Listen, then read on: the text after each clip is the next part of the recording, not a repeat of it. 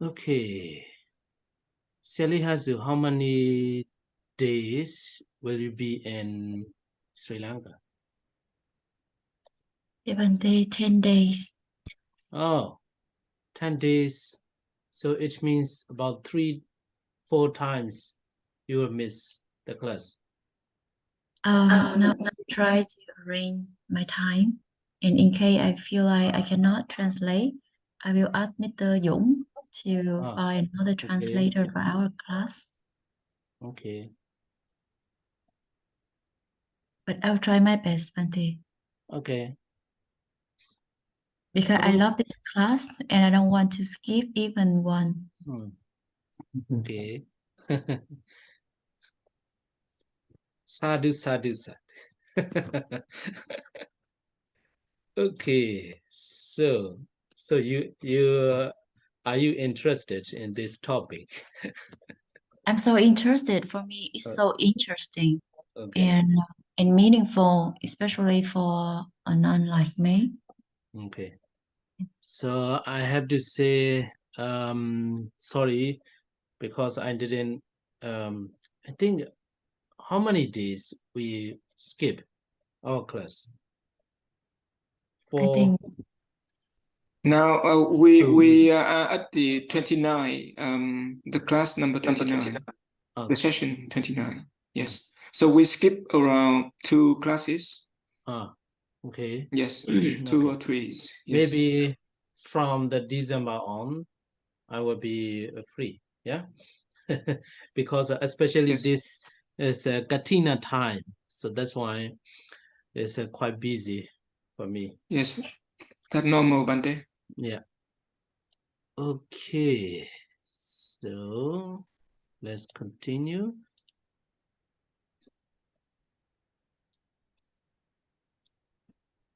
So I also wish some like some other students, I also like to reach the stage or the chapter, yeah, the chapter that are explained about the meditation, yeah.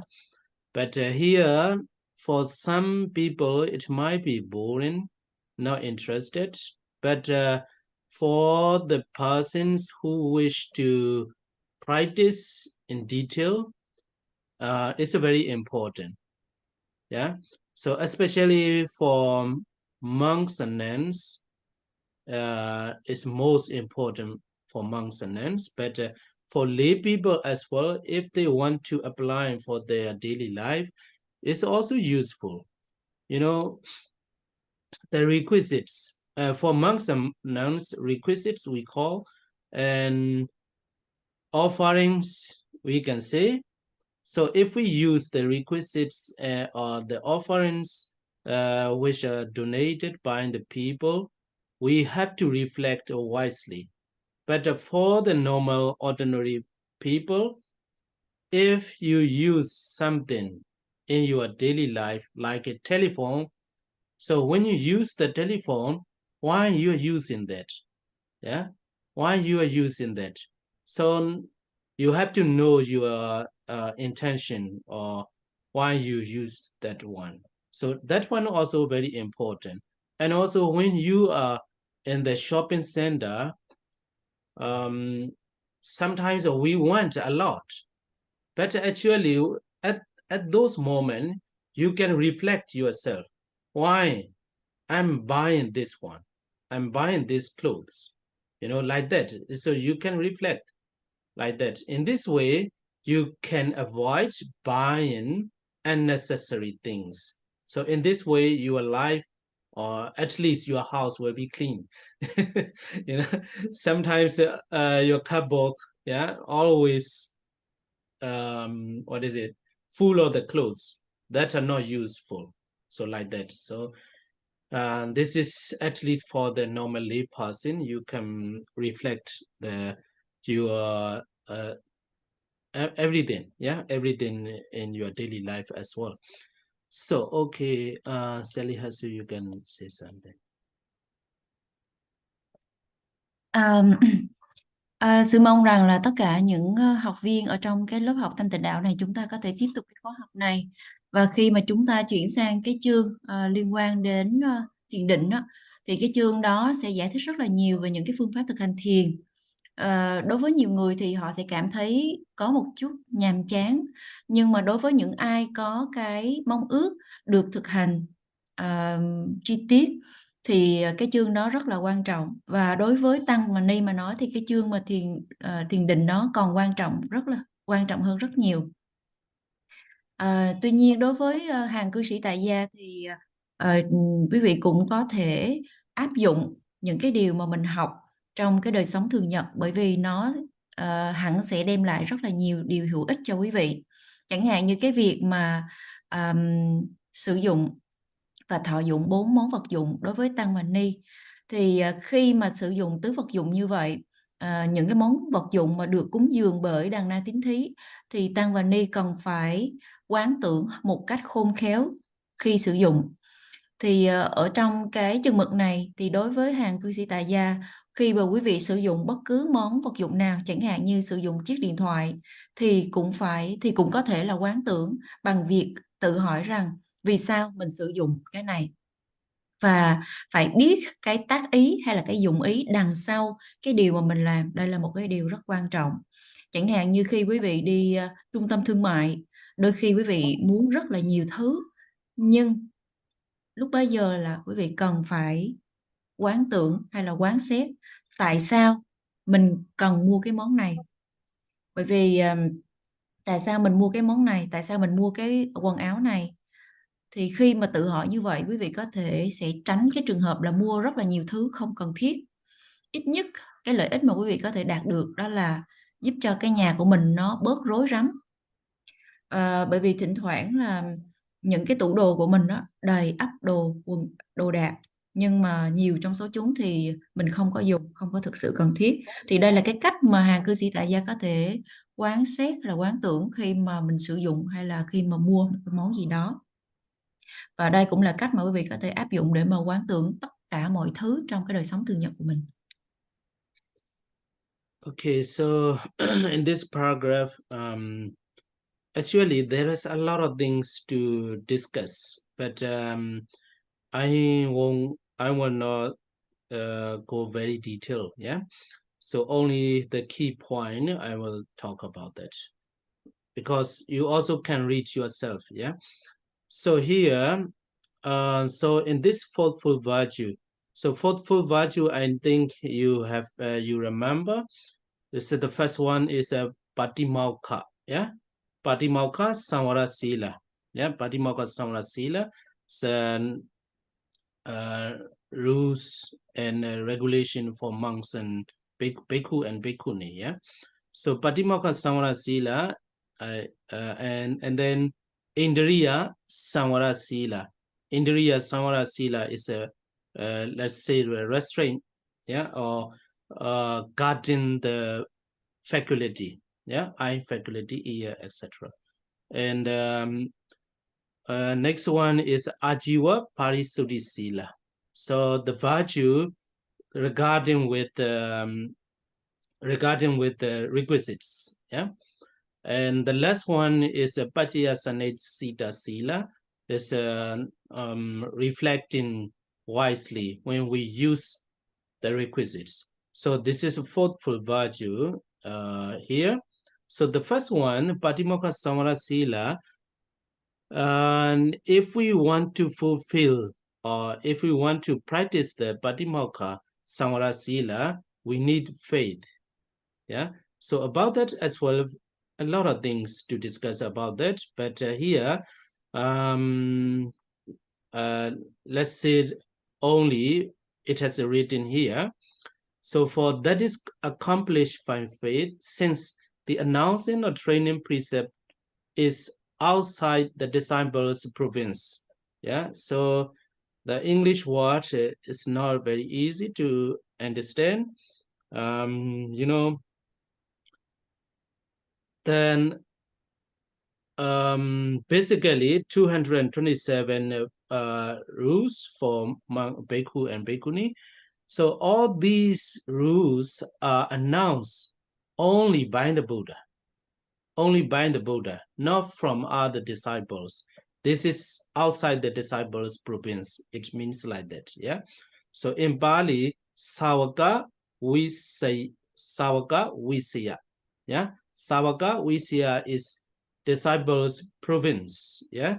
Sāvaka Visaya Atita, it's outside the disciples' province. So all the rules, all the Patimokkha rules are announced by only one person, that is Buddha. And the evidence here is the refusal of the request to allow disciples to announce training precept. So that one as well, a lot of things to talk about that. You know, let us say at the time of the Buddha, some like a Sariputta, I think Sariputta, he said to the Buddha to announce, yeah, to announce the precepts, but the Buddha refused. Hey, Sariputta, it's not the time, yeah, to announce the precept. So that's why this sentence means like that. So that's why the training precept, announcing the training precept is outside the disciples' province, yeah.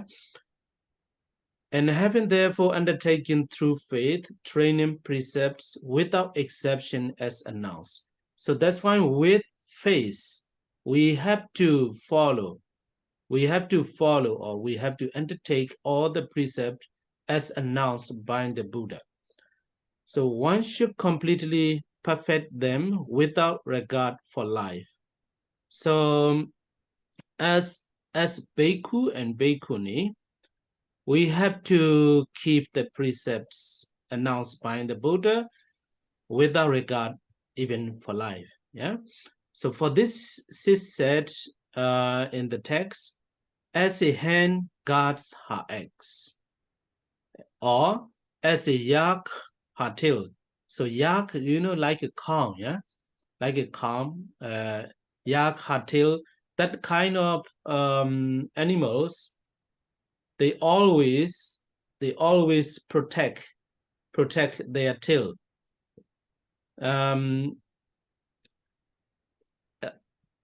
Yeah. So they always care their tail. If someone cut the tail, they die. So like that. So as bhikkhu and bhikkhuni as well, we have to keep the precepts, yeah, without regard for even our life. Yeah. So next one is like a darling child. If you have only one child, you have to protect all the time. So we have to regard the Patimokkha like that as well. And next example is like an only eye. So we have two eyes, but if we have only one eye, we have to protect, yeah, not to lose that one again, not to lose that one. So that's why we have to keep the precept like an only eye, like an only one eye left. So you who are engaged your virtue to protect, be prudent at all times and ever scrupulous. Also, it is said further, so too, when a training precept for disciples is announced by me, my disciples do not transgress it even for the sake of life. Yeah, the same, yeah. And the story of the elders bound, there is a famous story, story of the elders bound by robbers in the forest should be understood in this sense. It seems that robbers in the Mahawapani forest bound an elder with black creepers. So black creeper is you know, creepers, yeah? Black creepers made him lie down. While he lay there for 7 days, he augmented his insight. After reaching the fruition of non-return, he died there and was reborn in the Brahma world. You know, he is born with a black creeper. He can, he doesn't try to escape from that, because he cares if he trying to escape, the creepers will die. So that's why he's still as it is. And then he practiced the meditation, and he reached to the non-return anagami. Yeah, anagami, the fruition of non-returner, becomes a non-returner, and he died there and was reborn in the Brahma world. So like that Theta, like that monk, we all have to keep the precepts. So like that. Okay.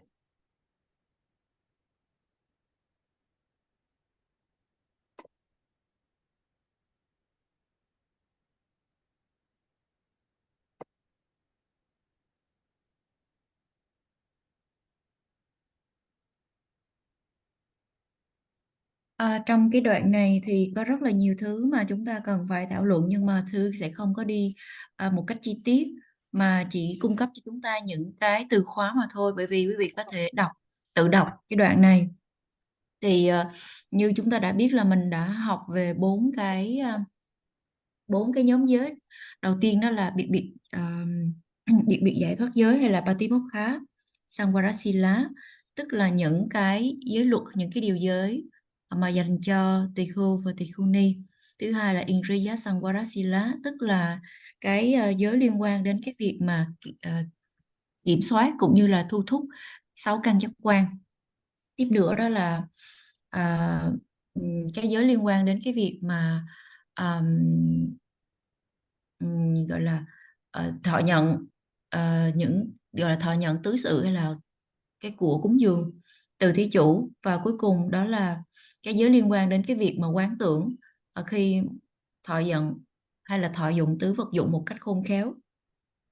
Thì đối với cái nhóm giới đầu tiên, đó là biệt giải thoát thu thúc giới, là Patimokkha Samvarasila, nếu mà chúng ta muốn hoàn thành hay là muốn thực hành cái nhóm giới này, thì chúng ta bắt buộc phải có cái đức tin hay là cái niềm tịnh tín. Bởi vì ở đây có rất là nhiều thứ để nói. Bởi vì trong 4 cái đức tính này thì cái sự kiểm soát về cái giới gọi là biệt giải thoát giới thì phải được thực hiện bằng niềm tin. Mà vì điều đó nó được thực hiện bằng niềm tin hay là đức tin, cho nên cái việc công bố giới luật thì nó nằm ngoài cái phạm vi của những người đệ tử. Ở đây có một cái từ Pali mà mình cần phải lưu tâm, đó là Sāvaka Visayati Tata. Cái từ ở đây chúng ta biết được rằng là giới của tỳ kheo là có 227 giới. Thì tất cả những cái điều giới này cũng như là những cái điều giới của tỳ kheo ni là được Đức Phật ban hành mà thôi. Chỉ một mình Đức Phật ban hành những cái điều giới này, chứ không phải là do những vị đệ tử của Ngài. Chính vì đó cho nên là cái từ mà Sāvaka Visayati Tata, tức là nó nằm ngoài cái phạm vi là cung cấp, hay là nằm ngoài cái phạm vi của cái người đệ tử. Vậy thì tất cả những cái giới mà trong cái phần giới Patimokkha là được ban hành bởi Đức Phật mà thôi. Ở đây có rất là nhiều điều để nói. Chẳng hạn như là vào thời Đức Phật thì sư nhớ không nhầm đó là Ngài Tôn giả Sariputta đã thỉnh Đức Phật rằng là xin Thế Tôn hãy ban hành những cái điều giới.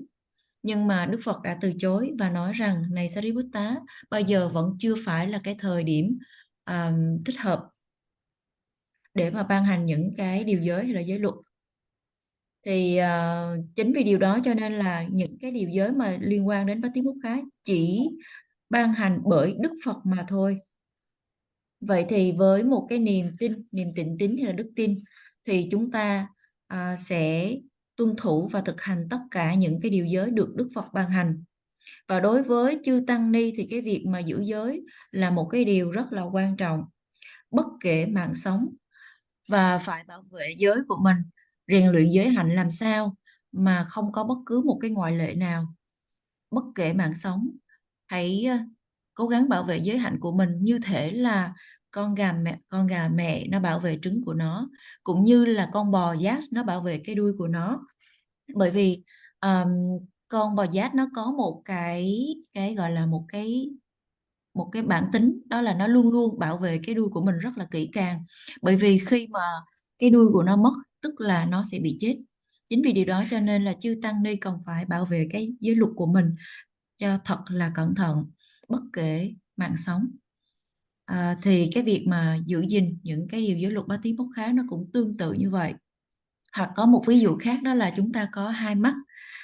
Thường thường là chúng ta có hai mắt, nhưng mà nếu giả sử chúng ta chỉ có một mắt, thì cái việc mà mình bảo vệ giới hạnh cho thật sự trong sạch cũng tương tự như cái việc mình cố gắng hết sức để bảo vệ con mắt còn lại vậy.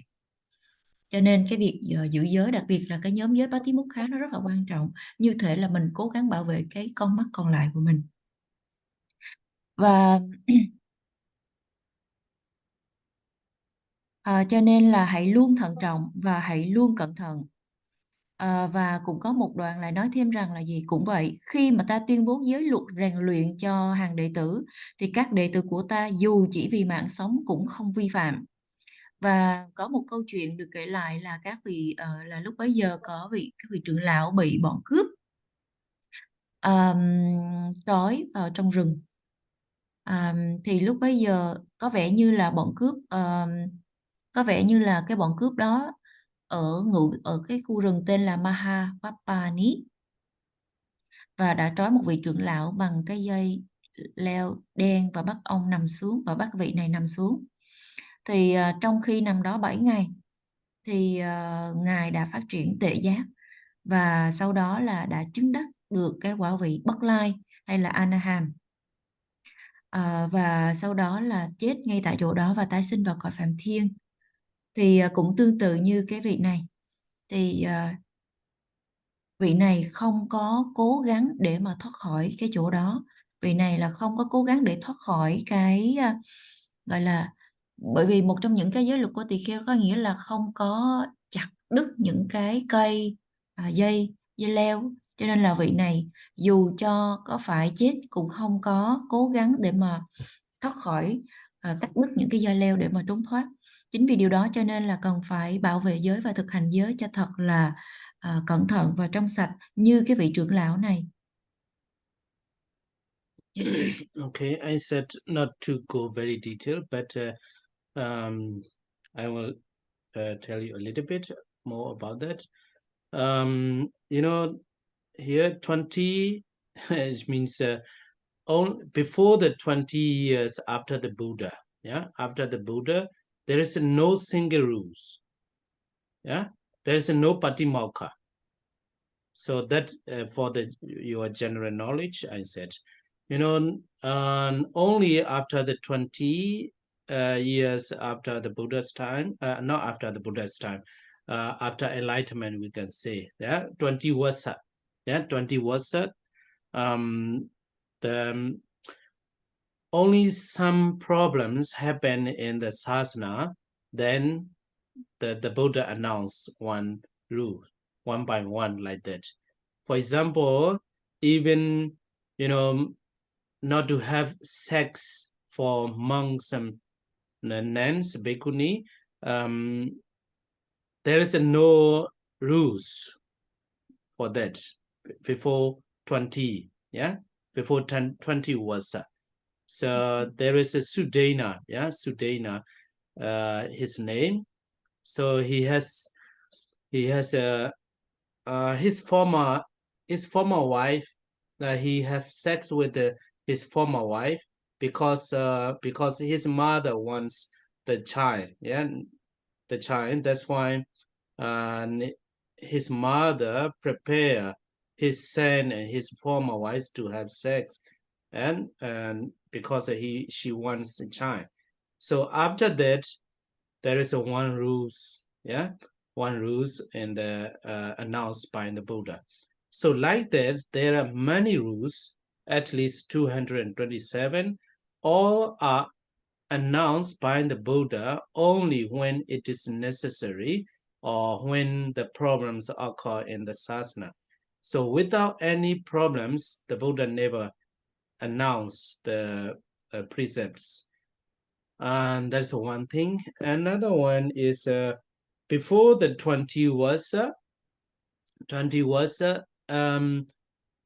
Buddha always preach or teach his disciples only three. You know, we all already heard about that. He said not to do any evil, to do the good deeds, to purify the mind. So only these three. He remind all the disciples only with these three words. Yeah. So that's all necessary for the monks, bhikkhu and bhikkhuni at those moments. After the 20 versa, only that admonition of 3 words, admonition is not enough. So that's why the Buddha announced precepts one by one. Yeah, that's one thing. Okay. Lúc nãy sư có nói sư không có đi chi tiết cái đoạn này, nhưng mà sư muốn nói cho chúng ta biết một vài điều. Đó là con số 20. Con số 20 tức là 20, có nghĩa là từ cái lúc mà Đức Phật thành đạo cho đến là 20 hạ thì không có bất cứ một cái điều giới nào. Nhưng mà kể từ sau cái hạ 20, kể từ sau 20 năm ngày mà Đức Phật thành đạo thì lúc bấy giờ mới xuất hiện những cái điều giới. Và chỉ từ cái năm thứ 20 đó trở đi thì khi nào mà có những cái vấn đề phát sinh ở trong tăng đoàn thì lúc bấy giờ Đức Phật mới chế từng cái điều giới tương ứng. Chẳng hạn như là 20 năm đổ về trước thì không có cái điều giới nào liên quan đến cái việc mà quan hệ tình dục, nhưng mà cái điều giới này là Đức Phật chế, đó là chư tỳ khưu cũng như chi tỳ khưu ni không có được quan hệ tình dục bởi một cái duyên sự. Đó là lúc bấy giờ có một vị tỳ khưu tên là Suddhana, và cái vị này đã quan hệ tình dục với cái người vợ trước đó của mình, chỉ bởi vì là mẹ của vị này là muốn có cháu để mà nói dối, cho nên là bà đã chuẩn bị đã chuẩn bị để mà cái vị này quan hệ tình cảm với cái người vợ trước đó của mình. Thì sau cái sự cố này thì Đức Phật đã ban bố một cái điều giới, đó là gì? Là cấm chế chư tỳ khưu cũng như chư tỳ khưu ni không có được quan hệ tình dục. Và kể từ sau cái điều giới đó trở đi thì ngày càng có thêm cái điều giới được Đức Phật ban hành, hơn 200 điều giới sau đó nữa. Và Đức Phật chỉ ban hành điều giới khi mà cần thiết, khi mà có cái vấn đề gì đó diễn ra trong tăng đoàn. Còn nếu mà không có vấn đề gì thì Đức Phật không có ngẫu nhiên mà chế giới.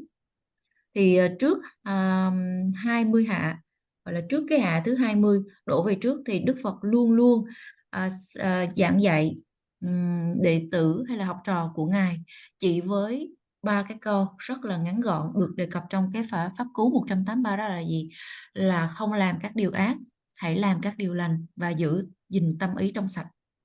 Đó là 3 cái điều mà Đức Phật luôn luôn sách tấn cũng như là nhắc nhở những người đệ tử của Ngài để mà thực hành. Bởi vì lúc bấy giờ thì chư tăng cũng như là chư tỳ khưu ni không có cần thiết phải được nhắc nhở quá nhiều. Tuy nhiên kể từ sau cái hạ thứ 20 về sau thì ngày càng có nhiều cái điều giới được Đức Phật ban hành và cấm chế. Bởi vì lúc bấy giờ cái việc mà 3 cái lời dạy gọn như vậy không đủ cho họ, cho nên đó là lý do vì sao mà về sau này là từng cái điều giới một được Đức Phật ban bố ra. Yes, so this one as well, no need to explain too much, just to read. This is story, famous story.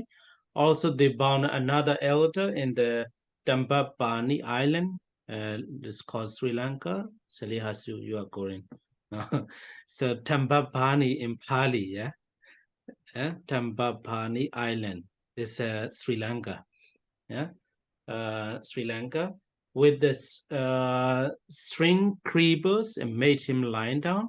When a forest fire came and the creepers were not cut, because it's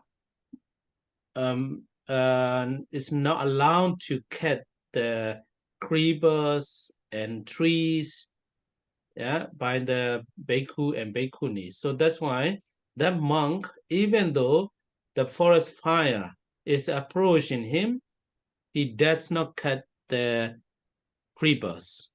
He established inside. Maybe some may say it is an extreme, you know. So cutting the creeper will not affect the very bad to other living beings. Why he does not cut? Why he sacrifice his life? Maybe some may say, but elder monks in the ancient times, they always keep the precepts.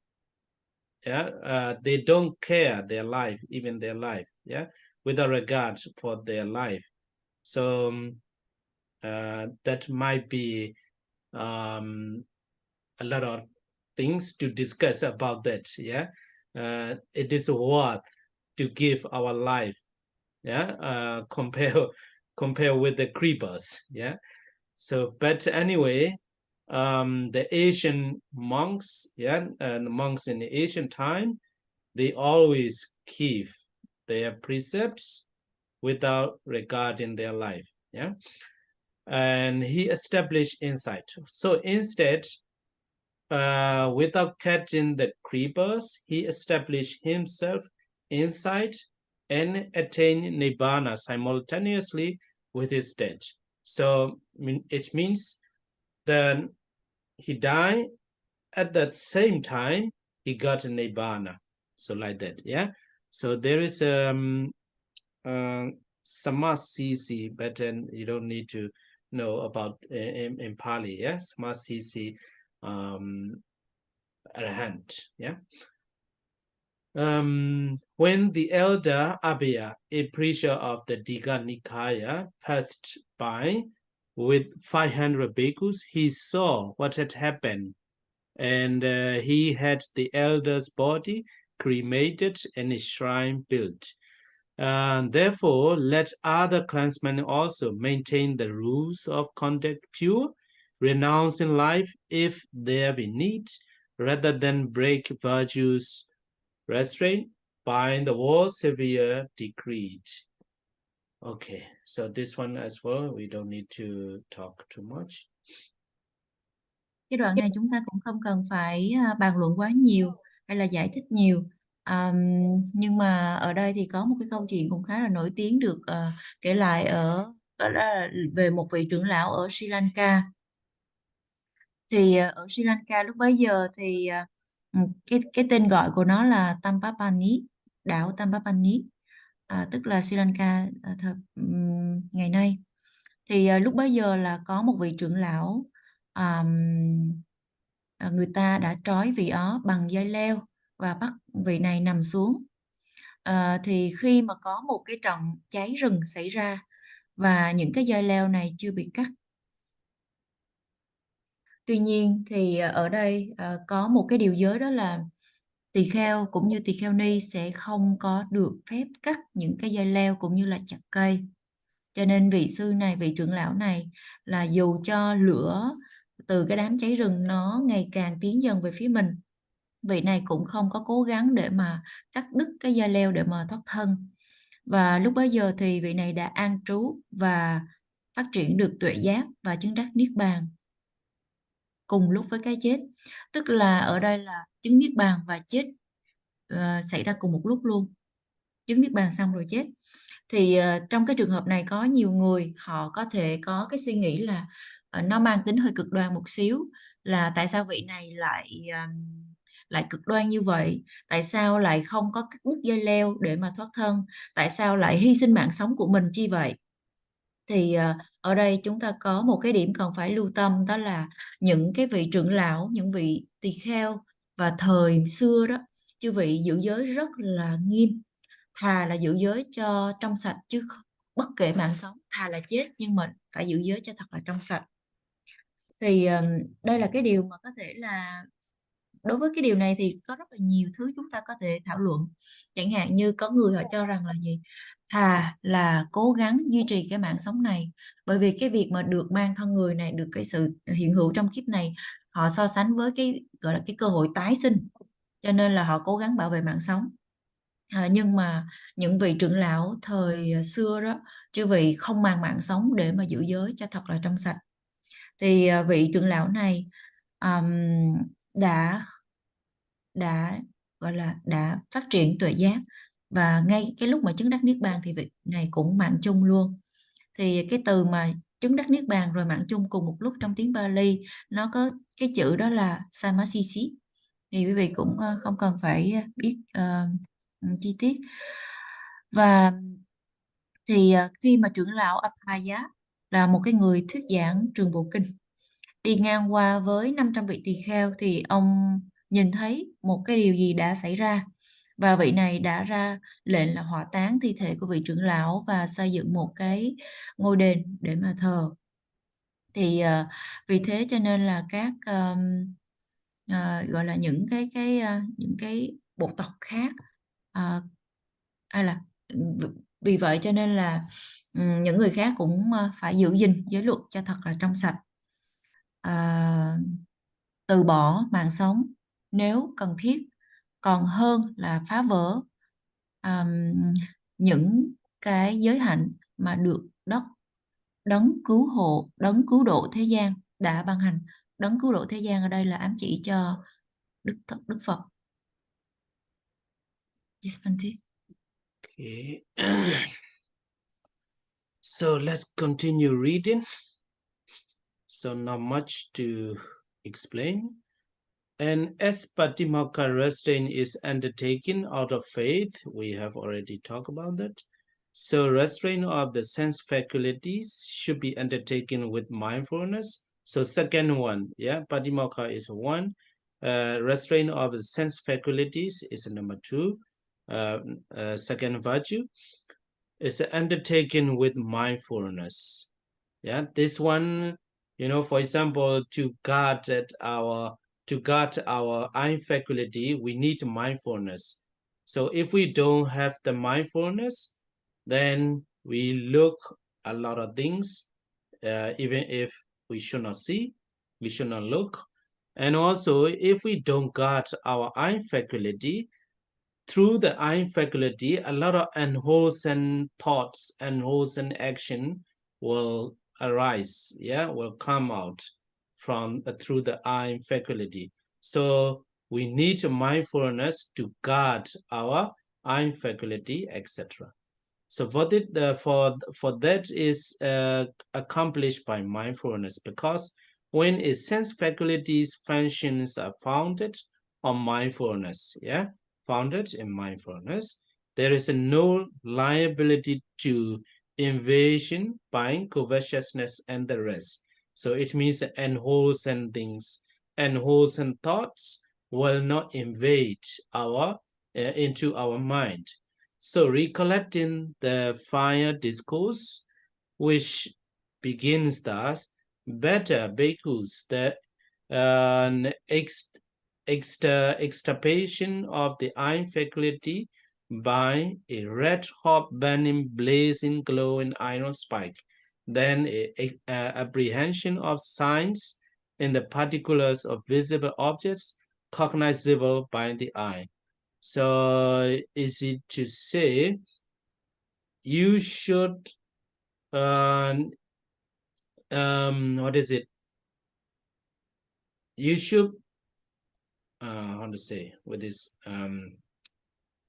step in, you should step the red hot burning fire stick into your eyes rather than you allow the unwholesome action coming into your eyes, your mind.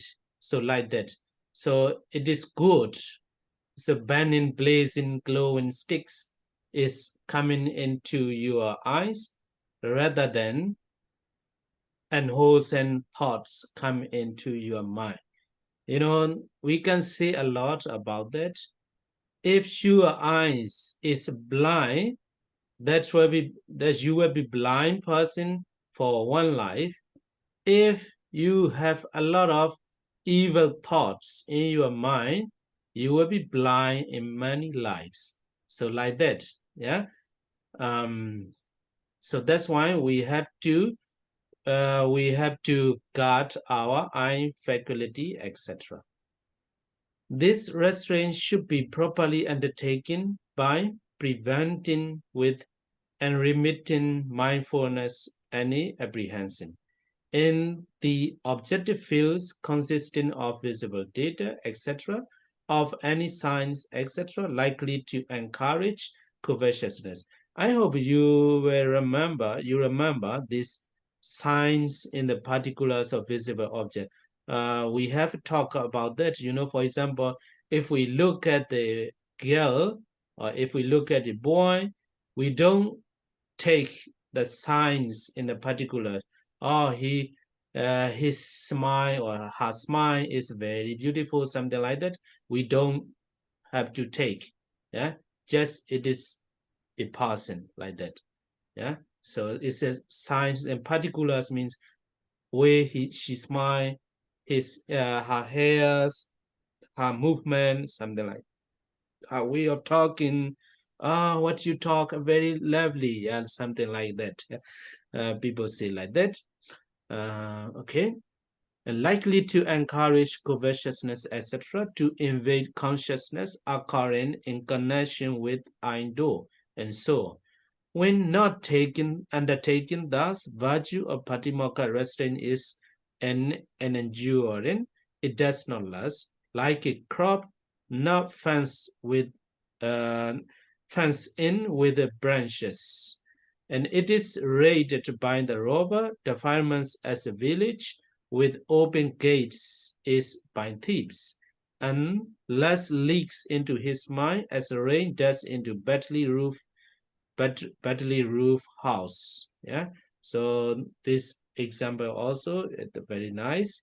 Yeah, so if you feel are not fenced with the branches, so cows and other animals and other thieves will come into your field and they will do what they like. Yeah, and another example is if your village is not guarded properly. Yeah, there's no guards of your village, and the thieves, robbers will come into the village and they will take whatever they need, whatever they want. And another one is if your house is badly roofed, the rains will leak into your house. Like that, if your mind is guarded with mindfulness, all the evil things will invade into your mind and occupy in your mind. And so that's why like these examples, we have to guard our eye faculties, ear faculty, etc. Yeah. Chúng ta tiếp tục đọc cái đoạn này. Thì đầu tiên đã đề cập đến cái việc mà kiềm chế nhờ cái giới Patimokha chúng ta đã thảo luận xong, và cái việc mà gọi là giữ gìn cái giới bổn bị giải thoát tu thúc giới Patimokha thì được thực hiện bằng đức tin. Vậy thì cái việc mà kiềm chế các căn hay là thu thúc các căn giác quan thì được thực hiện bằng sự chánh niệm. Thì ở đây tức là cái việc mà mình phải thu thúc bảo vệ các căn giác quan là cần phải có chánh niệm. Bởi vì nếu không có chánh niệm thì chúng ta sẽ nhìn cái này, nhìn cái kia và rất là nhiều thứ nó sẽ đập vào cái tầm mắt của mình. Cho nên là nếu mà không có cái sự thu thúc các căn, không có bảo vệ cái con mắt, tức là lúc bấy giờ là rất là nhiều những cái suy nghĩ bất thiện nó sẽ xuất hiện, nảy sinh và phát triển ở trong tâm từ cái việc mà từ cái cửa mắt hay là từ cái nhãn môn. Thì chính vì điều đó cho nên là cái việc mà kiểm soát hay là thu thúc các căn giác quan nó phải được thực hiện bởi sự chánh niệm. Bởi vì điều đó được thực hiện bằng sự chánh niệm, cho nên là khi mà chức năng của các cơ quan giác quan được thiết lập trên chánh niệm thì những phiền não chẳng hạn như là tham lam hay tất cả những cái phiền não khác sẽ không có cái khả năng để mà xâm chiếm hay là chế ngự chúng ta. Vì vậy cho nên là hãy nhớ lại cái bài kinh lửa, và bài kinh này bắt đầu như sau: tốt hơn này các tỳ kheo, việc tiêu diệt nhãn căn bằng một mũi nhọn sắc nóng đỏ rực cháy còn hơn là sự nắm bắt các cái dấu hiệu đặc thù của các cái đối tượng thị giác mà tiếp nhận được. Ở đây tức là thà là bị một cái mũi nhọn sắc nóng đỏ rực cháy đâm vào mắt còn hơn là cái việc mà nhìn một cái điều gì đó và nắm giữ tướng chung tướng riêng của nó. Thì ở đây cái từ mà gọi là nắm giữ tướng riêng thì quý vị cũng đã hiểu rồi, bởi vì chúng ta đã học xong, tức là khi mà nhìn thấy một cái người phụ nữ hay là một cái người đàn ông thì sẽ không có nắm giữ tướng riêng tướng chung của họ, nào là nắm giữ ánh mắt của họ, nụ cười của họ, tóc, rồi cái dáng đi, cái điệu bộ hay là cái cách nói chuyện là duyên dáng này nọ, thì chúng ta sẽ không có nắm giữ cái tướng riêng như vậy. Đây là một cái ví dụ rất là hay. Mà tiếp nữa đó là cái sự kiểm soát các căn giác quan cần phải được thực hiện một cách đúng đắn bằng cách là ngăn chặn sự chánh niệm, có nghĩa là hãy luôn chánh niệm một cách không ngừng nghỉ trong bất kỳ cái hoàn cảnh hay sự hiểu biết nào, và trong bất cứ cái gọi là bất cứ khi nào mà cái cảnh sắc nó tiếp xúc với cái nhãn căn và bất cứ cái dấu hiệu nào vân vân. Có nghĩa rằng tất cả những gì mà mình tiếp thu thông qua 6 căn giác quan nó có cái khả năng làm tăng trưởng những phiền não chẳng hạn như là tham lam, sân hận ở trong tâm chúng ta. Và nếu mà không có sự thu thúc các căn thì những phiền não này nó sẽ xâm chiếm tâm của chúng ta, và những cái loại phiền não này nó xuất phát từ nhãn căn, nhị căn vân vân. Và khi mà không có được thực hiện như vậy thì cái giới mà do sự kiểm chế bởi giới bổn bát tí múc khác sẽ không có được bền vững, không có tồn tại lâu dài. Cũng giống như một cái mùa màng mà không có được rào lại bằng, gọi là không có cái hàng rào bảo vệ, hay là cũng tương tự như một cái ngôi làng mà không có cái sự bảo vệ thì lúc bấy giờ những kẻ cướp bóc hay là kẻ trộm sẽ tấn công vào và có thể trộm lấy đi tất cả những gì mà chúng muốn. Cũng tương tự như một cái ngôi nhà mà không có nóc thì mưa nó sẽ gọi là mưa nó sẽ rớt xuống nhà. Cũng tương tự như vậy, một cái tâm mà không có được bảo vệ bởi sự chánh niệm thường trực thì tất cả những cái tâm bất thiện nó sẽ xâm chiếm và chế ngự chúng ta. Chính vì điều đó cho nên là hãy kiểm soát 6 căn giác quan cho thật là tốt, để mà những dục vọng cũng như là những cái phiền não khác nó không có len lỏi vào tâm trí của mình. Yes, Bante. Okay, let's stop here for the day. Let's make a share and merit. Okay.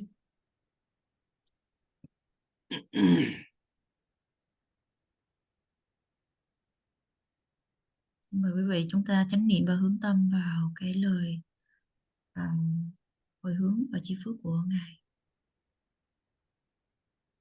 Idavadaja ame sambandam bunya sambandam sabbe deva numodandu sabbe nara numodandu Sabbe Sada Numodando Sabba Sambadi Seniya Kada Amehi Yambonya Dogarang Ajasa Duga Ponyene de na Nibbana Sigamba Boma de Maya Danja Bonya Mayandi Ma Bawesu Disubanina De Sabedam Bamode Doa Sukan Labando Sabana Imina Bonya Gambina Mame Bala Samagamo Sadan Samagamo Hodu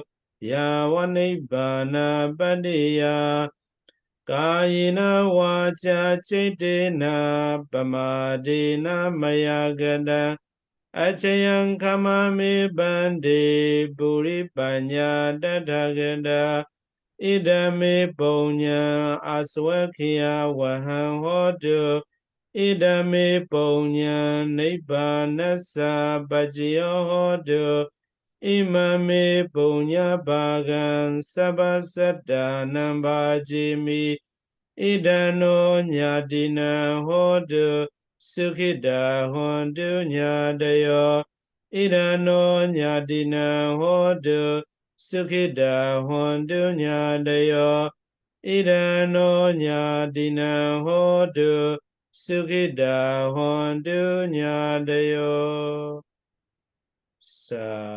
Sadhu. Thank you so much, Bante. Okay, you're welcome. So see you on Thank you, next Bante. Friday. Yes, Yeah. next Friday. Dạ, chúng Oh, con so cảm ơn this cảm time- ơn cô Su. Con lại sư. I had to go now, Bante. Okay. See you next time. Yes. Con Okay. lại sư. Okay, bye bye. Chào tất cả quý Con vị. lại sư. Chúng con cảm ơn cô ạ. Who Yeah, is thank you, talking? Bante. Yeah, I will close. Yes. Con lại sư. Con lại sư. What are you talking? What are you talking, baby? He want to pay Huh? homage to Bante. He said that. What? Okay. Yes. Sadhu, sadhu. Clever boy. Clever Yes. boy. What is your name? I forgot. I forgot your name. Tell me again. My name is Khoi. Koi. Okay. What Can are you doing? Can you give birthday name for him? Thank you. Okay, bye bye, Koi. Yes. Bye. Bye. Yes.